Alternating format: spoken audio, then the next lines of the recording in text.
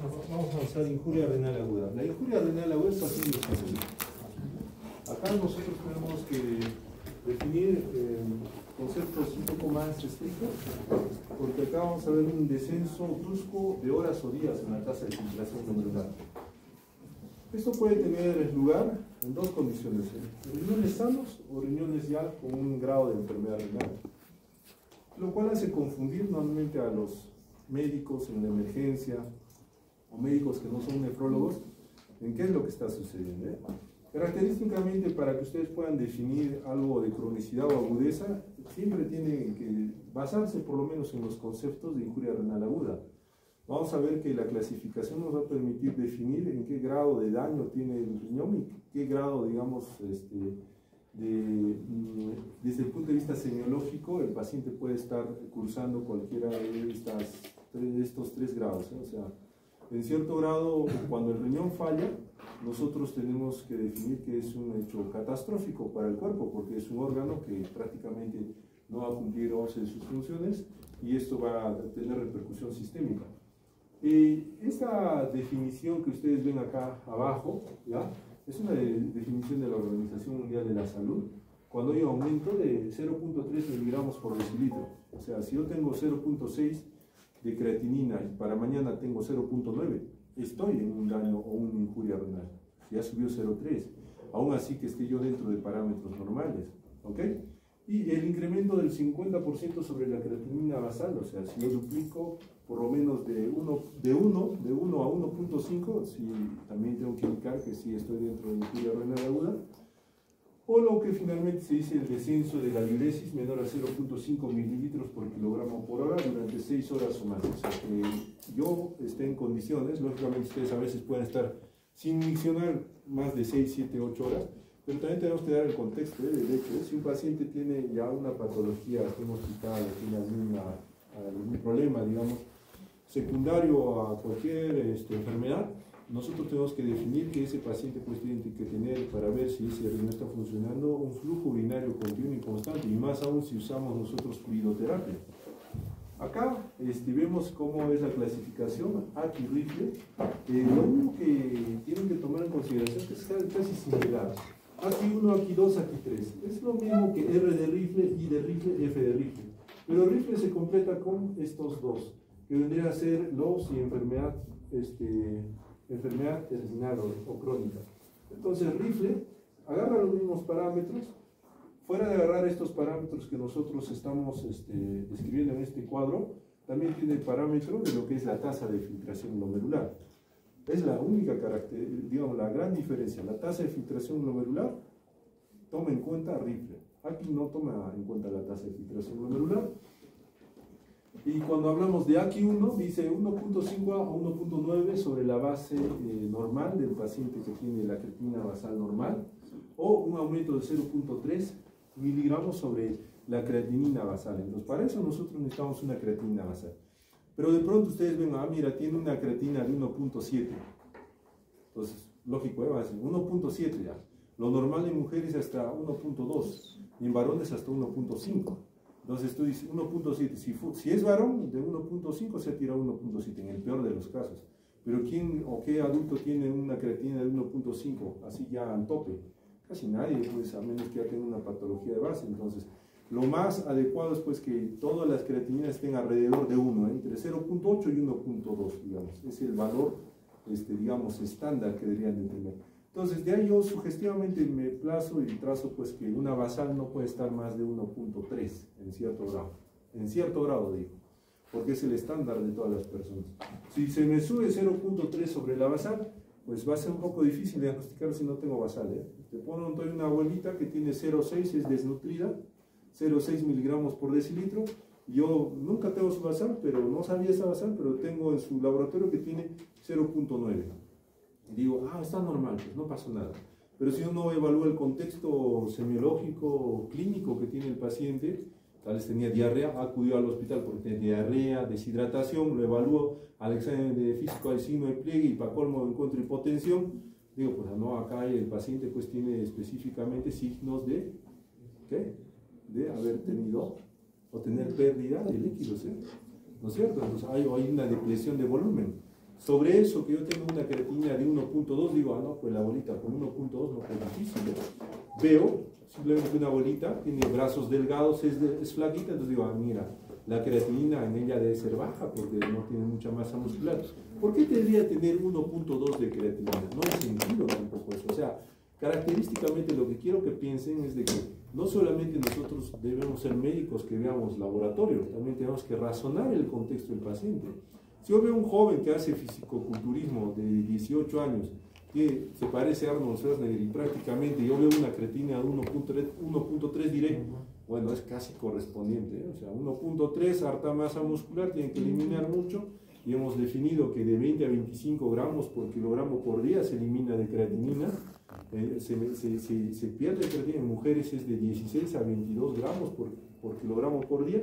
Entonces, mucho depende pues del grado de creatina que trata de excretar.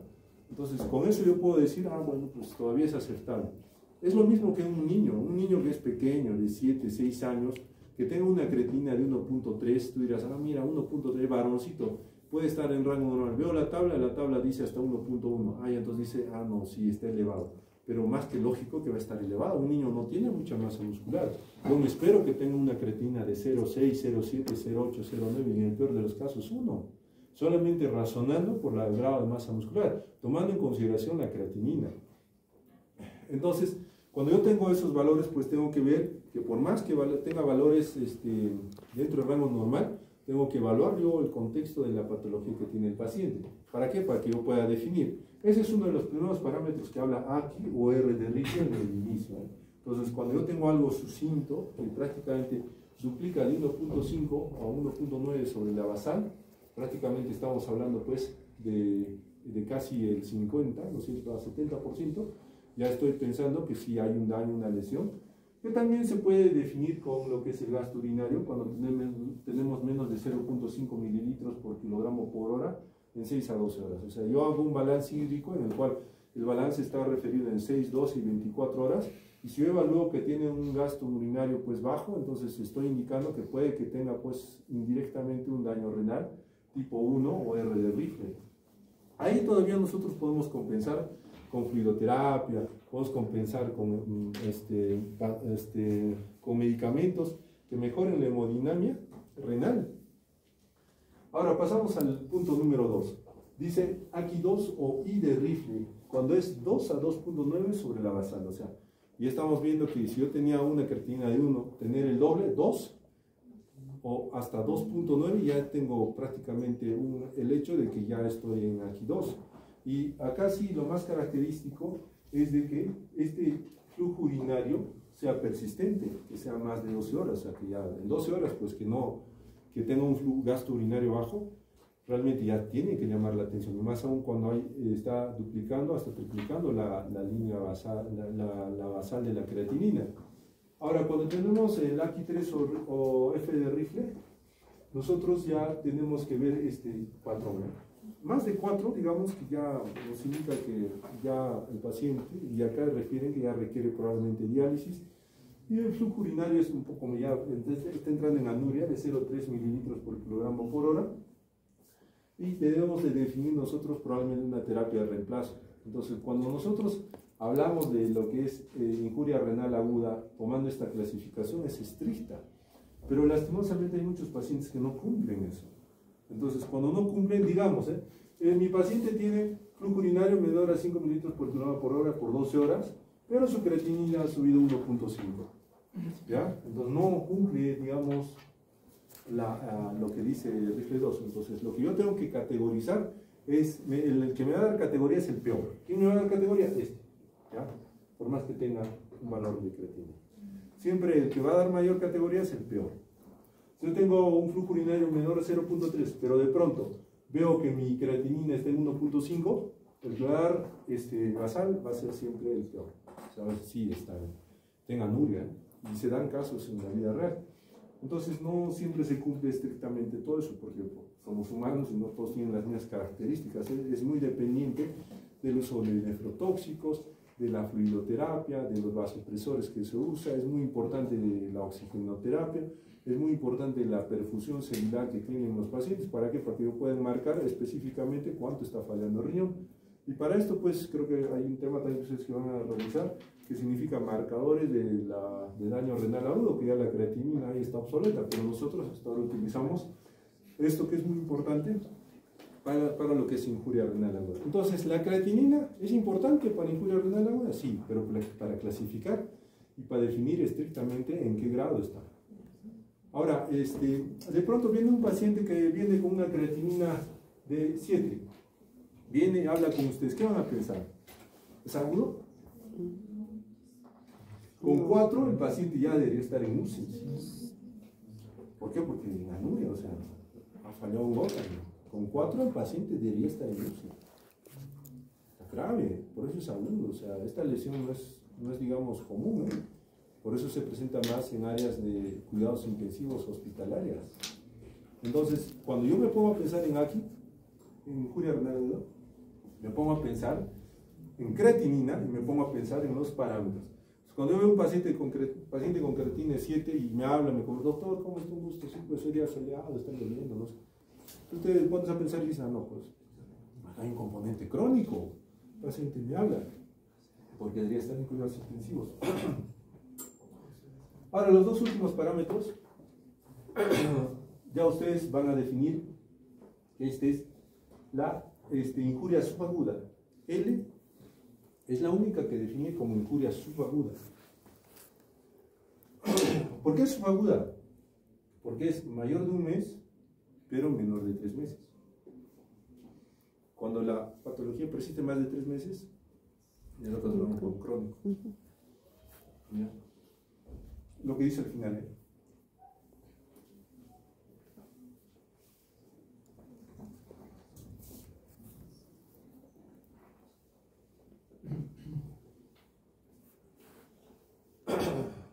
Mientras solo presentar injuria renal aguda aumenta el riesgo de mortalidad según el estado que tenga el paciente hasta 8 veces el grado de mortalidad, y ustedes se darán cuenta que mientras más baje la tasa de filtración glomerular, o sea, mientras tenemos un aquí 3, la supervivencia siempre va a ser menor.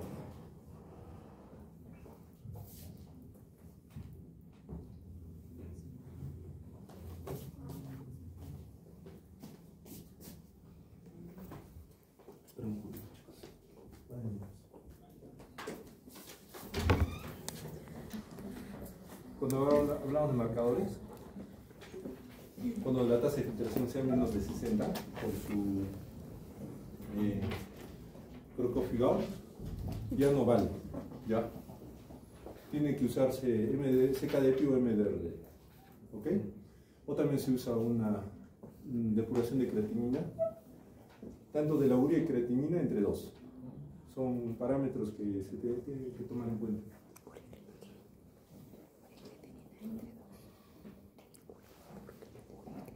Acá,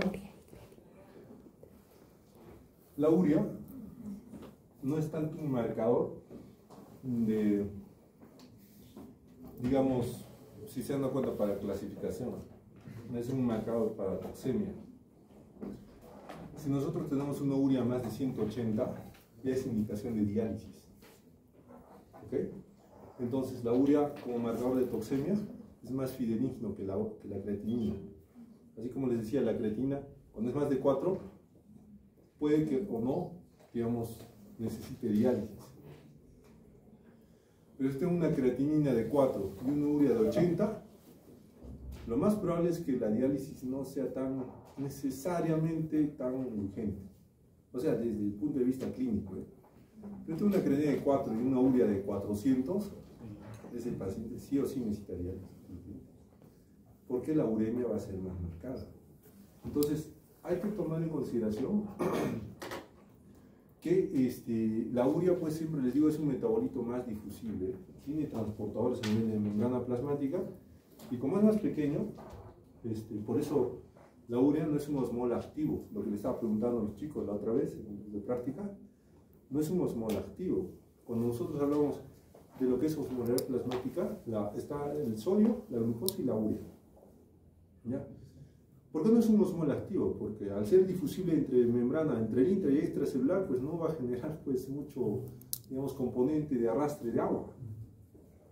A diferencia de lo que es la glucosa o el sodio. Porque un paciente que tiene cetoacidosis diabética tiene en el extracelular 400, 600, 800 de glucosa. ¿Y qué va a generar? Muy simple, que la célula se deshidrate y pase todo al extracelular.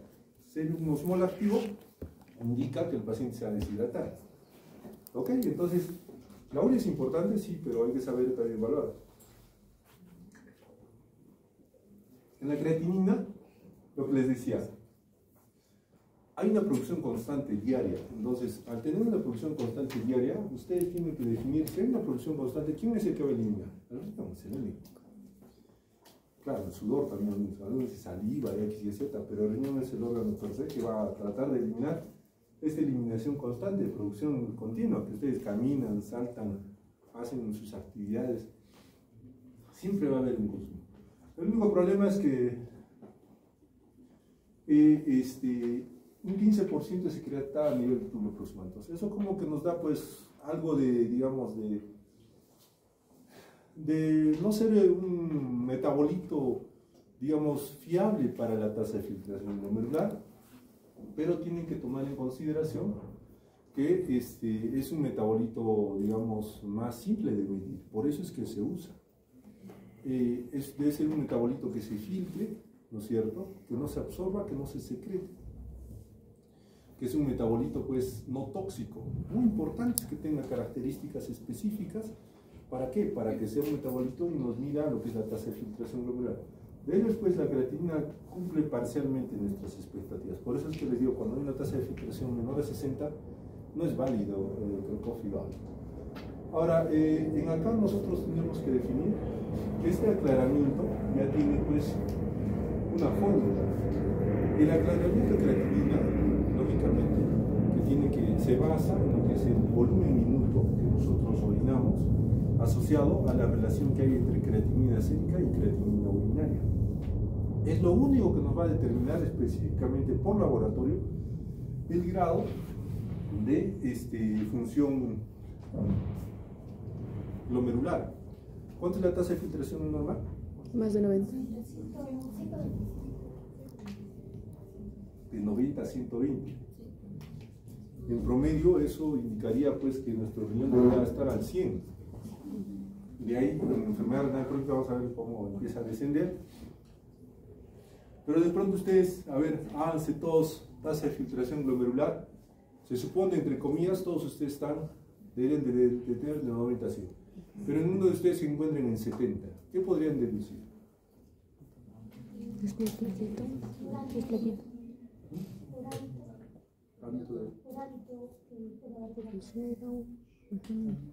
Es delgado. Mira, su creatinina va a estar normal del 100% de ustedes, pero le sacan la tasa de filtración glomerular o el aclaramiento de creatinina y uno de ustedes en 70. ¿Qué le deduciría? Y en otro de ustedes está en 150. En uno trabaja bien, en otro mal, ¿así es? Los dos trabajan mal. Alternativa B. Alternativa C. Ambos tienen daño renal. ¿Cuál sería?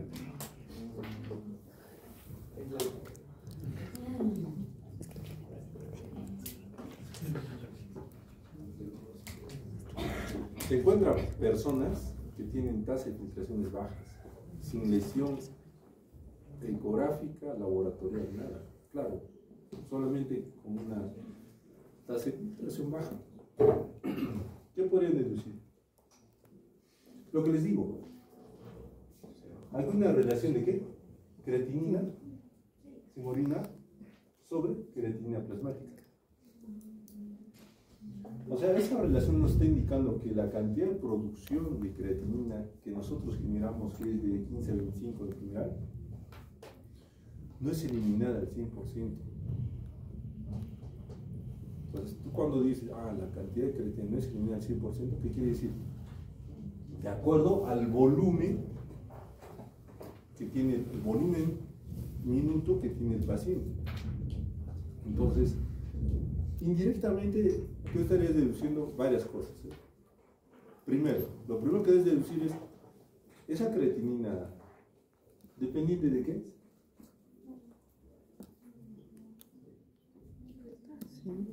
De la masa muscular, ¿no es cierto?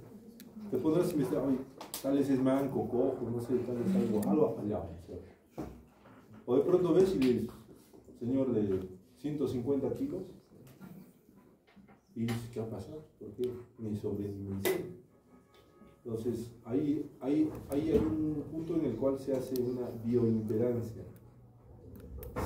Se ve la cantidad de grasa, masa magra muscular que tiene. O sea, tenemos que llegar hasta ese nivel para definir bien si esa tasa de filtración es óptima. Entonces, ahí viene el problema. No saber interpretar la tasa de filtración glomerular. Bueno, de los casos que le digo, si ustedes ven un paciente y le toman su tasa de filtración y ven que está en 70, alármense. ¿Por qué? Porque ese riñón no está trabajando. Claro, después de ver pues, que tenga adecuada masa muscular, no tenga sus piernas, sus brazos completos, todo, no sea niño ni muy anciano, porque en ellos sí varía la tasa de filtración. ¿Okay? Por eso les digo, en caso de ustedes que entre comillas son Mercedes, pues, Benz, no, ya, el recorrido. Ya. Entonces, en ese caso, pues, debería estar bien, pero no ocurre a veces eso. Y a veces hay pacientes que solamente tú ves una tasa de 150 a 170 y nunca nadie detecta ni define que tenga daño renal. Cuando tenemos una tasa sobreexcedida a lo normal, nosotros estamos en la capacidad de decir que hay un estado de sobretrabajo asociado a hiperfiltración. Y ya en hiperfiltración estuvimos viendo en enfermedad renal, ¿no es cierto? Que no es bueno, en proteinuria. Entonces, hay que definir siempre eso, que esté en rango normal, y si está en rango normal, siempre hacer los estudios respectivos. ¿Para qué? Para ver que alguna patología de base esté tal vez presentándose desde ese tipo. O sea, por ejemplo, ¿qué les puedo decir? Las glomerulosclerosis focal y segmentaria secundaria en obesos da un estado de hiperfiltración. O sea, un obeso, tú le tomas la tasa de filtración glomerular, va a estar en 150, 160. Con creatina tal vez baja, ¿por qué? Porque al ser obeso tiene inversión de la relación proteína-grasa. O sea, proteína-grasa. Pero en los obesos, grasa, proteína. Se ha invertido, entonces lógico que la cantidad de peso que tiene no se corresponde al grado de masa muscular que tiene, sino al grado de grasa muscular que tiene. Grasa muscular, disculpen, al grado de grasa que tiene. Y ese grado de grasa pues altera y afecta, o sea, tal vez la capacidad de creatinina que tiene es reducida porque el músculo se ha consumido. Entonces, eso tienen que evaluar con cada paciente. En los marcadores de lesión renal, estos son los, digamos, los marcadores top actuales que se hacen en laboratorio y se hacen en estudios para definir precozmente si hay una lesión o daño renal por una u otra razón.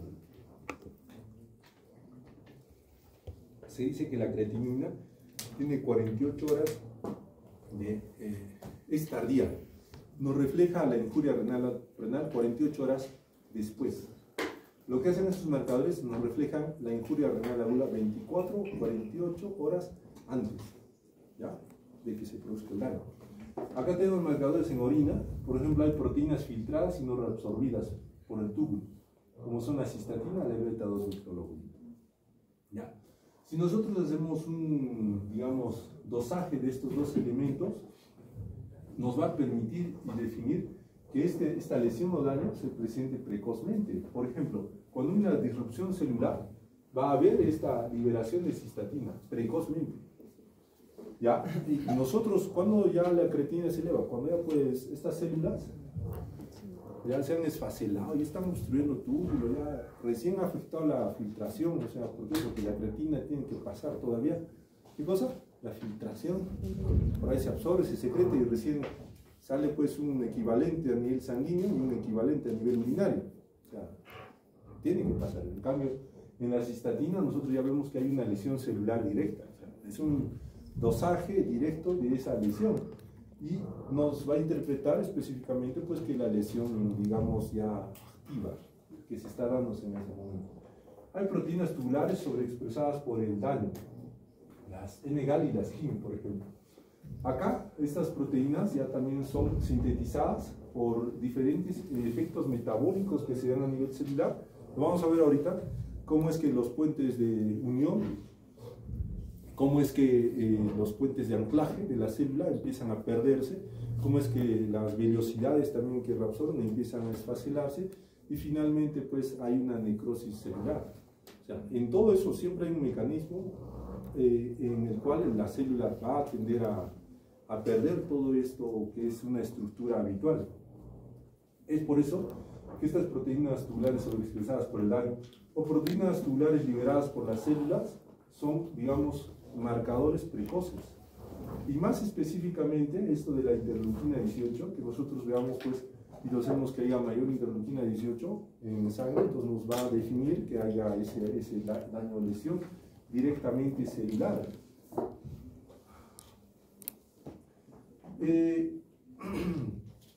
Tenemos nosotros que ver que esta alteración que habitualmente vemos en injuria renal aguda puede afectar a diferentes grados. ¿Qué quiere decir? Para poder nosotros definir el daño o injuria renal tenemos que ver pues algunos aspectos. Comorbilidades es lo más importante. ¿Por qué? Porque mientras más comorbilidades tenga, el riesgo de injuria va a estar presente. Hace poco, yo tengo varios pacientes, pero cuando uno evalúa a los pacientes, define realmente cómo es posible que las comorbilidades generen una reserva funcional menor. Ya les dije, ustedes tienen una, entre comillas, digo entre comillas porque debe haber algunos enfermitos por acá, ¿ya? Entre comillas ustedes están con una reserva funcional del 100%. Si ustedes les doy a mi casino, a todos, probablemente un gran grupo va a ser a grandes dosis, va a hacer el daño renal. Puedo darles a menor dosis y probablemente un grupo más pequeñito va a hacer el daño renal, ¿ya? Pero frente a eso, su riñón tiene que actuar pues de buena fe, o sea, decir, me están atacando citotóxicamente, pues yo me defiendo, trato de conservar la función renal. Entonces, la reserva funcional va a ser más amplia, pero cuando tienes más comorbilidades, la reserva funcional es limitada.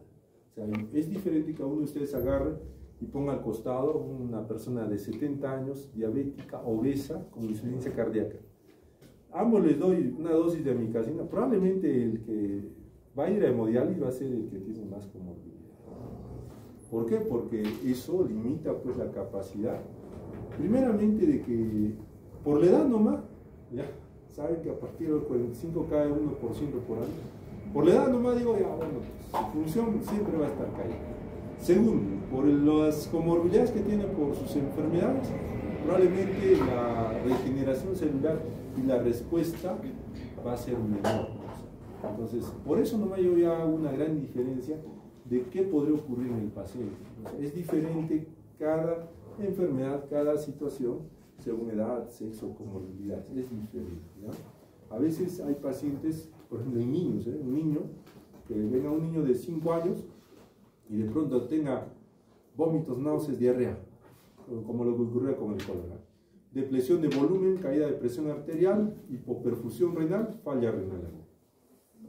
El niño, lógicamente, ha podido caer en un grado grave, digamos, de estado hemodinámico, pero si yo repongo todo lo que tengo que reponer en el niño y trato pues la toxemia por este patógeno, hay mayor chance que se recupere, a diferencia de un adulto. Entonces, cuando nosotros hablamos de lesión o insuficiencia, antes se decía insuficiencia renal aguda, lesión renal aguda. La realidad es que en la injuria renal aguda hay diferentes comportamientos. ¿En qué sentido? Si yo tengo un paciente que de base tiene una tasa de filtración del 100%, o sea, 100 mililitros minuto por 1.73 metros cuadrados de superficie corporal, de pronto tiene un accidente. Ya. le arrolla un carro y se lleva una pierna. Hace shock hipovolémico, el riñón cae. Se va a 5% de función. Va a necesitar diálisis. Entre ese lapso, por ejemplo, si ese paciente está en Paucartambo, para que lo traigan, ¿no es cierto? Y eso, si en Paucartambo está uno de ustedes y conoce fluidoterapia, probablemente tengan más chance de seguir. Líquidos, le perfunden, cuidan la presión, todo excelente. Pero de pronto, uno de ustedes pues es tipo boliviano, ¿ya? No sabe nada, no estudió, no le importa, no sabe qué hacer, ¿ya? Lo único que sabe es colocar dextrosa, ¿ya? Le coloca dextrosa, entonces en el lapso de viaje probablemente va a repercutir mucho estar en mayor hipoperfusión e hipotensión el daño renal, ¿no es cierto? Entonces, si es acá al frentecito de la cultura y va pues a un hospital, ¿ya? También depende de dónde lo atiendan. Si va a una unidad de traumación, probablemente inmediatamente va a ser atendido. Pero si va a una clínica como la Pardo o la San José, así, donde tienen que primero, ¿no es cierto?, hace más difícil, ¿eh? El estado de hipoperfusión y daño va a ser más persistente y va a ser más lesivo. Entonces, este paciente tiene una chance, primeramente, de recuperar su función al 100%, mientras más precozmente se genere una homeostasis óptima, post-lesión. ¿Ok? ¿No es cierto? Entonces, este paciente tiene, si es de Paucartambo y le tocó un boliviano, ¡pum!, 0%, a ver, 1, 2 meses, 3 meses, y se queda como 60% de función, digamos, en el mejor de los casos. Si es acá en el Cusco, ¡pum!, va a un centro complejo, inmediatamente se perfunde sangre, se expande volumen plasmático, se controla hemorragia, todo, inmediatamente recupera a las 12 horas su función, ya a las 12 horas ya está orinando, ya el chance de recuperación es mejor, ¿no es cierto? Y a los 7 días, llega a 100% de función. Y de pronto, pues, tal vez no está en Paucartambo, no está en Pichari, ¿eh? Perdió un brazo, una pierna, politraumatizado. Llega a falla renal, falla multiorgánica, se queda en UCI 1, 2, 3 meses, se queda con función de 15, el 20%. Entonces, la injuria renal aguda es variable.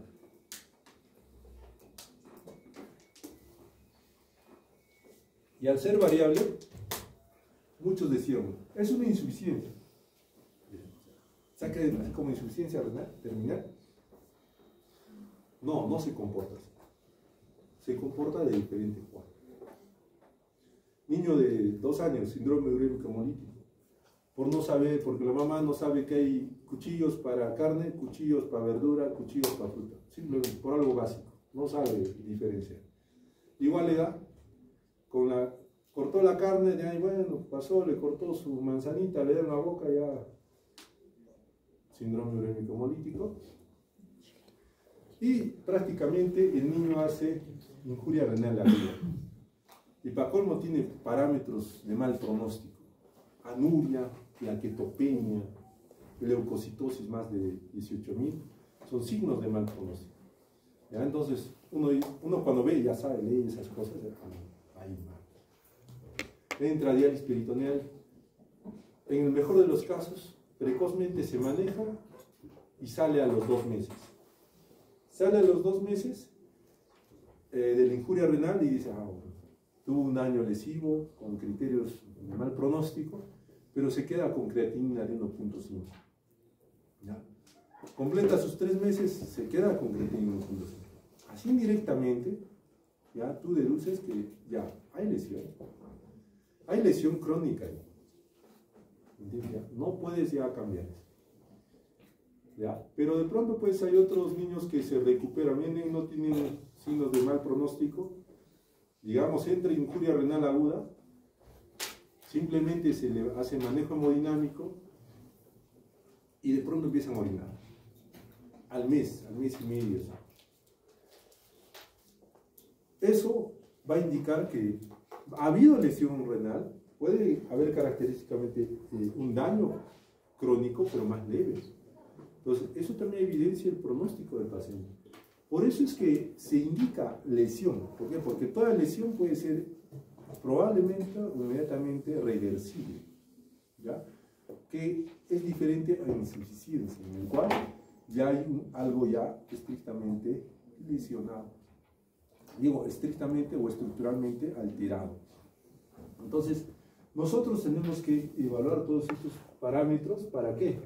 Para que podamos, pues, no llegar a lo que es el estadio 3, o una necrosis tubular aguda, o sea, ya una obstrucción, pues, necrosis tubular aguda, o sea, lesión celular que ha muerto las células tubulares, han obstruido la luz tubular y ha generado, pues, una pérdida de la filtración. Llegar a ese nivel, pues, ya es una injuria renal establecida, ¿ya?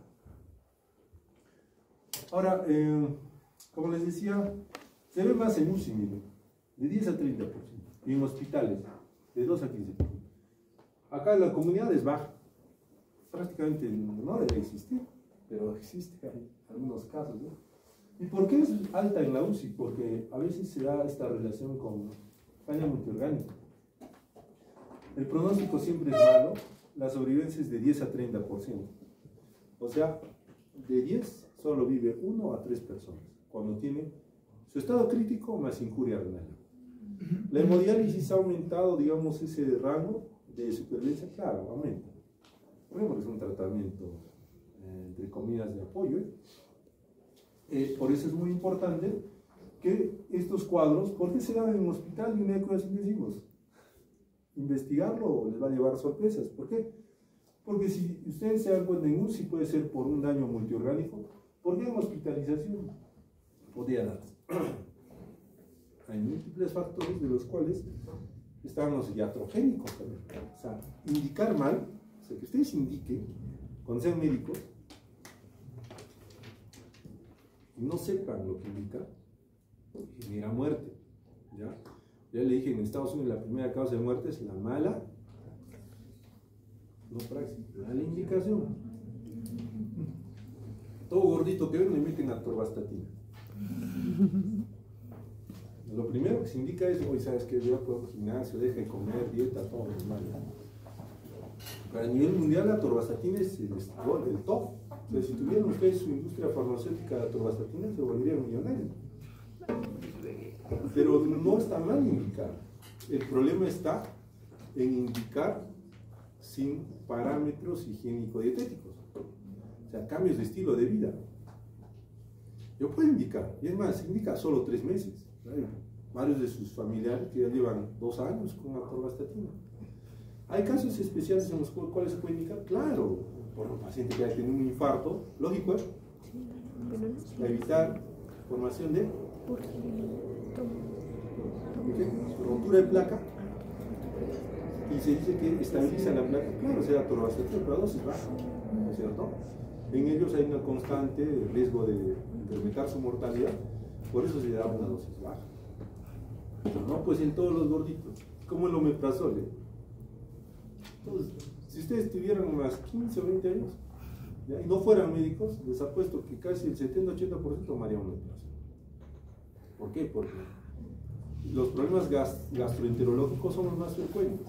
De todos ustedes, por lo menos tendrán un 50% de problemas gastroenterológicos. Siendo jóvenes. ¿Por qué? ¿Qué comerán? ¿Qué comer? Factores de riesgo. Tenemos modificables y no modificables. Los no modificables son estados que no puedes cambiar.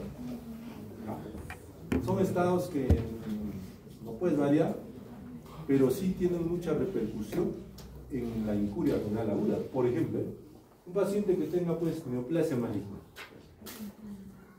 no puede cambiar. ¿A cómo le meten quimioterapia? No puede cambiar.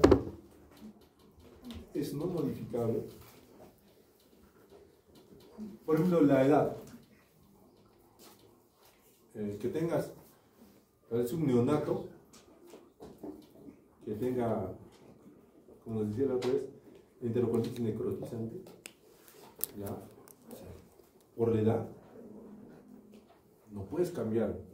Peor prematuro, con pocos glóbulos, va a hacer daño, lesión y todo lo que quieras, y probablemente enfermedad renal crónica, no puedes modificar. En los modificables nosotros tenemos que tomar en consideración que son aspectos pues que nosotros podemos llevar a modificar en el sentido de compensar.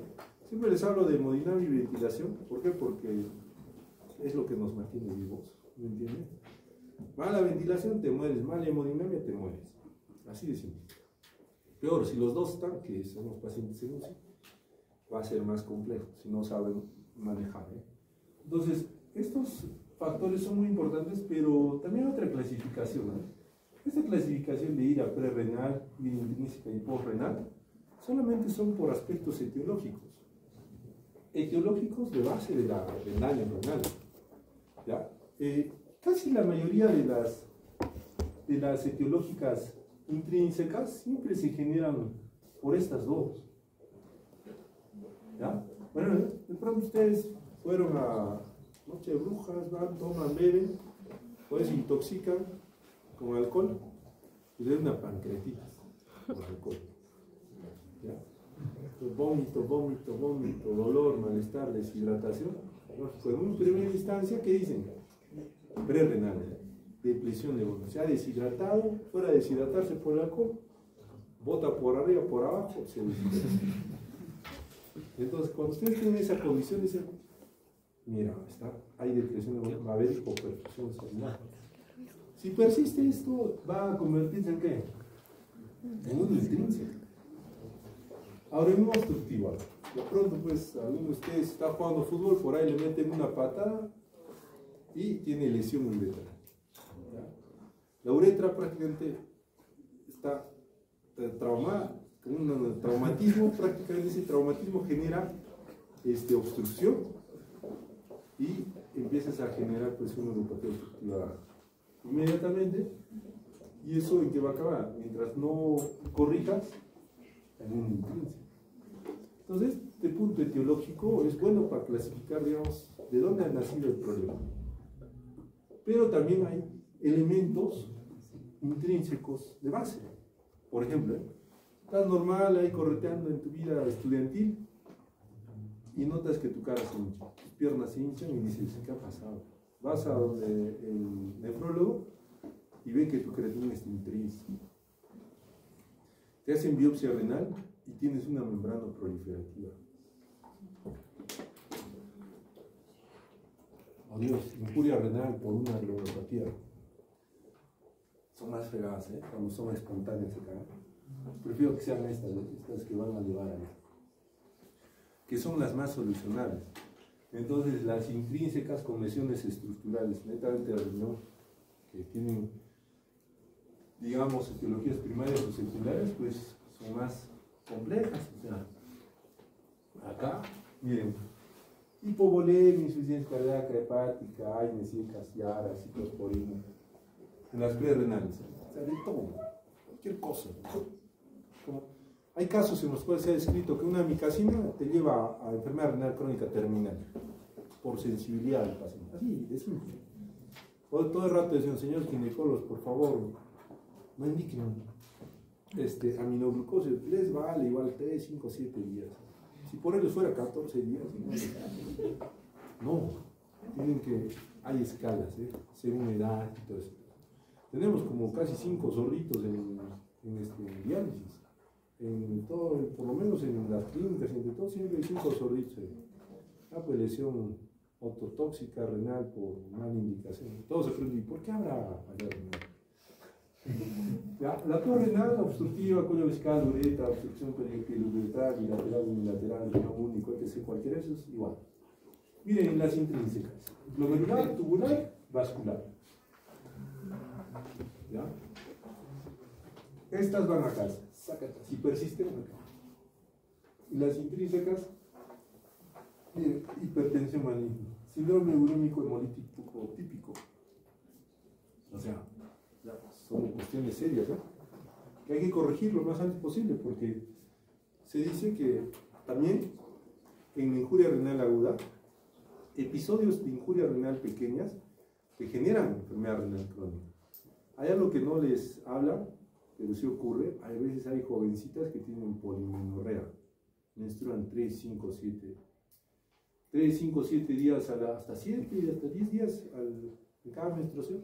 Hay pérdida sanguínea, hacen anemia, pero esos episodios de pérdida generan hipoperfusión renal. O sea, es como que tengas injurias pequeñitas, recuperas. Se deshidrata, pierde, recupera, se deshidrata, pierde, recupera. Esas pequeñas lesiones que se dan en el paciente generan daño renal crónico. Claro, no es evidente, nadie te va a explicar eso pues, en la vida real. O de pronto el paciente después, como lo que ocurre, primera gestación preeclampsia, que tuvo hipertensión, edemas, proteinuria. No pasó nada, sacaron al bebé, lo que los ginecólogos paciente con preeclampsia, bueno, lo más fácil, bebé afuera, preeclampsia curada. Falso. Eso es completamente falso. Bueno, ellos hacen y dicen eso. Pues. Mi información todo el rato dicen así, yo decía, bueno, será pues sí, ¿no? Pero la realidad no es esa. La realidad es de que cada preeclampsia que tiene un paciente es un daño sistémico con compromiso renal. Y después de 5 o 6 años, sus pacientes vienen, doctor, ¿qué hago? Sí, ¿y qué pasó? Sí, alguna vez mi hipertensión subió, me puse mal, pero yo me sané y no se dan cuenta que se han quedado con la lesión de hipertensión, con la lesión renal y entran a un estado pues, de enfermedad renal crónica. Aló. Aló, sí.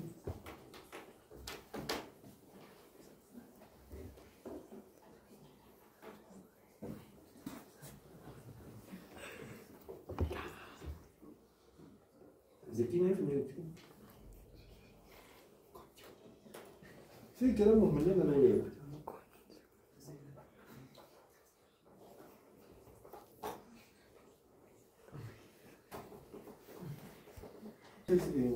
Insuficiencia prerrenal, todo lo que ustedes, pues, ahí está uno de sus temas de ustedes, síndrome hepatorrenal. En el síndrome hepatorrenal, sus compañeros les van a explicar que hay una lesión, una cirrosis hepática HIC. O sea, en otras palabras, el riñón no funciona. Lo cual va a hacer que haya, pues, prácticamente una hipertensión portal. Y la hipertensión portal que se genera va a generar, pues, lo que es una vasodilatación esplácnica. O sea, retención de agua en los intestinos. Así, ¿no? Esa retención de agua a nivel intestinal o la citis que genera, va a generar depresión de volumen. Y la depresión de volumen, hipoperfusión renal, y la hipoperfusión renal, falla renal. Entonces, eso es una ira prerrenal. O sea, el riñón nunca estuvo mal. Lo que estuvo mal fue la perfusión renal que debería de tener. En un hepatorrenal se ocasiona eso. ¿Y por qué? Simplemente porque el hígado falló y genera hipovolemia, hipertensión portal.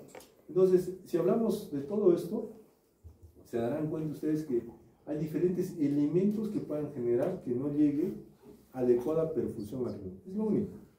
Todo lo que afecte la perfusión renal va a generar ira prerrenal. ¿Ya?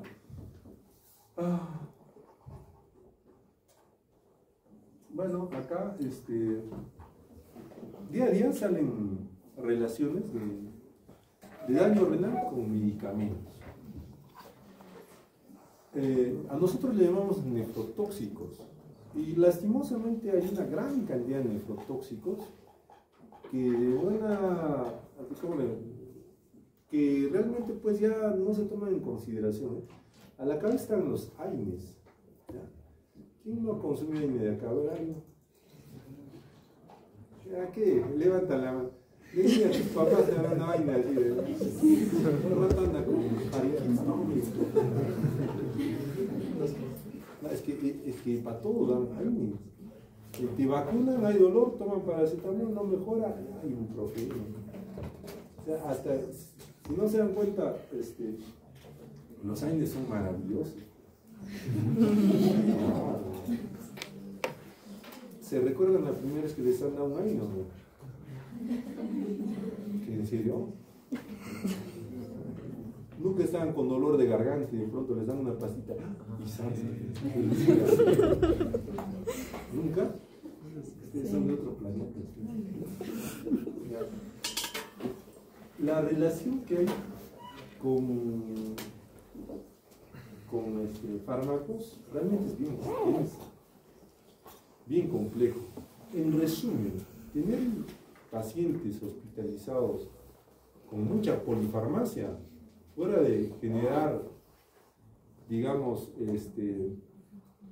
alteración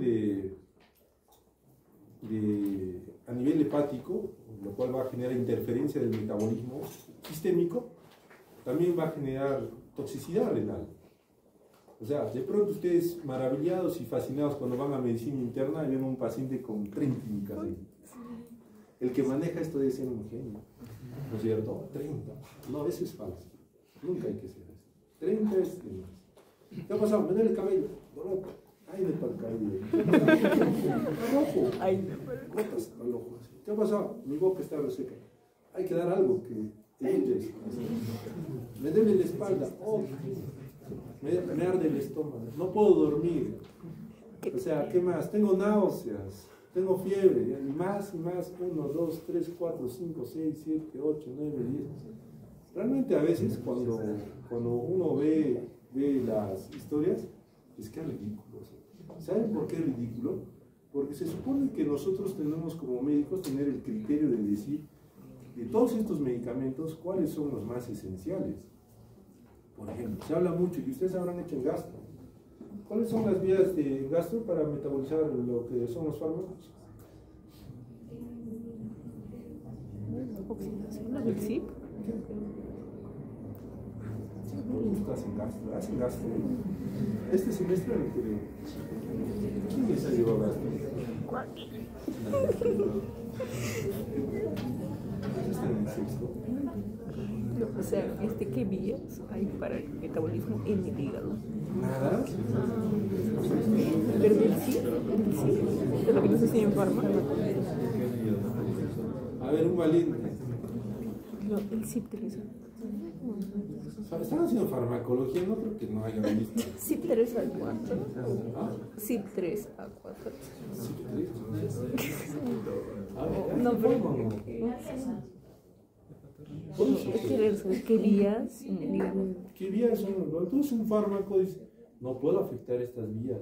Si yo mezclo metronidazol, rifampicina y lo que son antimicóticos, prácticamente interfiere en qué? Reinaldo Morales, ¿no es cierto? ¿No es cierto? Reinaldo Morales. Por si acaso lo conozco, lo voy a llamar. Pero aquí, yo también entiendo. Triste tu historia, ¿verdad? Y eso que el chato se crea, el chat es así, pero tiene un ego así. Ya, pero su conocimiento también a la par con su ego. ¿Qué es eso? No, pero ¿sabes qué? Los de mucho que no hacen interacciones. Es que ¿qué se refiere? No entiendo. Entonces, ¿cómo vamos a hablar de este tema? Pero ¿qué interfiere? A ver, nivel del hígado. ¿Qué interfiere? Acuérdense. Farmacia básica. Farmacología básica. Hacen fama. No hacen farmacocinética. Tal vez de otra forma la pregunta, porque creo que no estamos entendiendo. Ajá, de otra forma. A Reinaldo igual como dice. No. Hoy tienen que jalar. No, pero... ¿Es farma 1 o 2? ¿Y 2 con quién? ¿Hacen?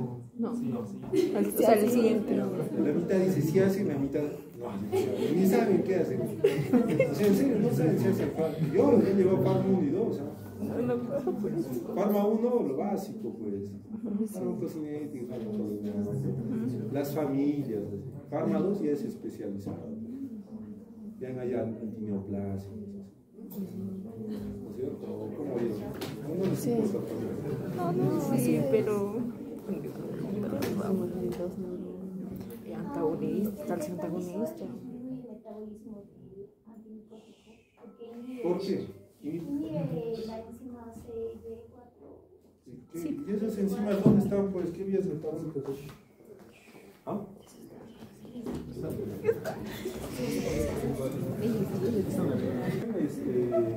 Siempre los nefrotóxicos ya tienen hay cálculo de todos los nefrotóxicos según tasa de filtración glomerular que ustedes deberían de saber. Ahorita ya resulta un poco ridículo ir a un interno residente y decirle, oye, ¿sabes qué? ¿Cómo calculas la dosis de un AINE o un aminoglucósido, una cefalosporina o una carbapena? Y resulta ridículo porque todo está en libros, entonces no necesitan memorizárselo. Particularmente nadie tiene digamos una memoria tan amplia para saber realmente a dónde corresponde, pero por lo menos de los medicamentos más frecuentes, de la ceftriaxona, es decir, tiene metabolismo hepático renal, saber diferenciar lo básico. Y tiene metabolismo renal, ¿cuál es el cálculo de dosis? Que ceftriaxona se da como pan, creo. 90% del país se va a pasar por ceftriaxona. Llega al hospital, lo primero es, amiga, ceftriaxona, haz tu magia. Y no está bien, pues, ¿por qué? Porque también debe haber indicación estricta de qué es lo que estás tratando. Ejemplo, neumonías, a todas dan ceftriaxona. No importa, etiología, que sea viral, que sea micótica, no importa. Y eso está, digamos, es inadecuado porque, así como les digo, si un medicamento tiene efecto nefrotóxico, ¿se imaginan la combinación de 2, 3, 4? Ya es un poco difícil de manejar, digamos, a pacientes con polifarmacia. Y eso genera a veces más daño, falta de recuperación. Entonces, estas patologías de la incuria renal aguda están muy relacionadas, y fíjense, a los aminoglucósidos, casi un 33%, o sea, alta es la incidencia como el nefrotóxico. Igual la vancomicina, colistina, yecas que a ustedes les gusta dar, los yecas, los famosos cardiólogos futuros, que les gusta dar, eso te hace daño al riñón, ¿ya? Estatinas, miren, fíjense, las estatinas generan daño, lo que más se da a nivel mundial. ¿Qué más? Bueno, las AINES, ni qué decir. Entonces, acá lo dejamos. Ahí vamos a ver las giras según la lesión que genera.